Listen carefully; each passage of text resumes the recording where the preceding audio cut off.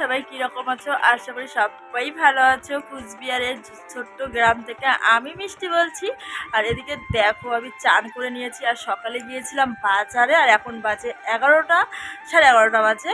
তো বাজার থেকে নিয়ে এসেছিলাম মিষ্টি, সেটা তোমরা ছোটো ভিডিওতে দেখেই ফেলেছো। আর এদিকে আমি এখন বসে আছি চান করে, এখনও খাওয়া দাওয়া করিনি। তো আজকে হলো মেলা, তো আমাদের এখানে একটা ঝিনাইগুড়ি মেলা আছে, ফার্স্ট টাইম আমি ওখানে যাচ্ছি। তো অবশ্যই তোমাদের পুরো ভিডিওটা আমি দেখাবো। তো এদিকে আমি দুটো শাড়ি বের করে নিয়েছি, একদম সেম কালার, মানে এটা একটু হালকা আর এটা ডিপ। তো একদম মানে চিন্তায় পড়ে গিয়েছি যে আমি কোনটা পরবো, এটা না এটা। তো চলো দেখি কোনটা পরা যায়, তো সেটাই পরা যায় না কেন, আশা করি ভালো লাগবে।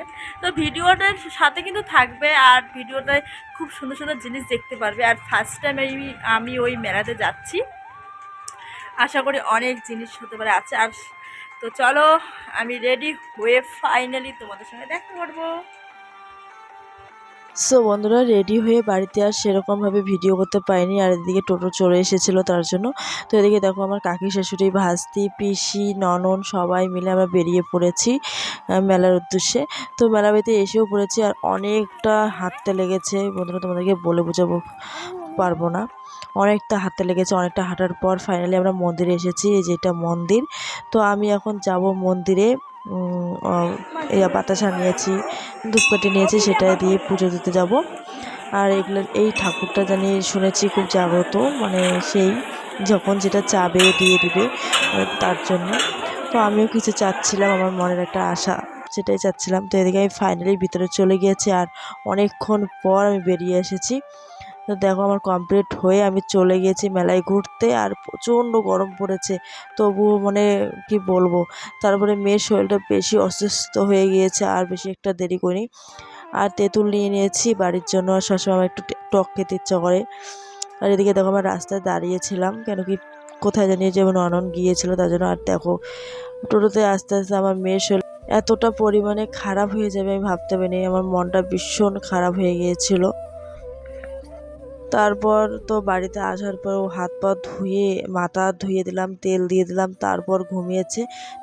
মানে 3টার দিকে ঘুমিয়েছিল, একদম 8টার সময় ঘুম থেকে উঠেছে। কি বলবো, মানে এত পরিমাণে ওর জ্বর এসে গিয়েছে না, আমি বুঝতে পারিনি। আর তোমাদের দাদাভাই আমাকে খুব ধাওয়া দিচ্ছিল যে কেন গিয়েছো, যেতে একদম কি লাগতোই। তো আমি বললাম, আমি ভাবছিলাম যে মানে ওষুধটা খেয়ে গেলে কমে যাবে, তো দেখছি কমছিল না, তাই আর কি করবো বলো। এদিকে দেখো আমি কাজ টাজ কমপ্লিট করে নিয়েছি, করে দেখো মেয়ে ঘুমিয়ে পড়েছে। আর রোদ তো ঘুমাইছে। দেখতেই পাচ্ছ, আর প্রচণ্ড গরম পড়েছে আজকে। শুভ সন্ধ্যা বন্ধুরা। তো এদিকে দেখো আমি বসে আছি আর মেয়ে মানে ঘুমাচ্ছে। তো আজকের ভিডিওটা আমি এখানে শেষ করে দিচ্ছি। আর ভিডিওটা কীরকম লেগেছে অবশ্যই কিন্তু কমেন্টে জানাবে। আর আমার ভিডিওতে সবাই কমেন্ট করবে, আমি খুব ভালো পাই। আর সবাই আমার চ্যানেলটাকে একটু সাবস্ক্রাইব করে দিও, আর পাশে থেকো, অবশ্যই সুন্দর সুন্দর ভিডিও দেখতে পারবে। সো বন্ধুরা, আমি পয়লা বৈশাখে কী নিয়েছি, মেলায় কী কিনেছি, সেগুলো আমি তোমাকে কিচ্ছু দেখাইনি।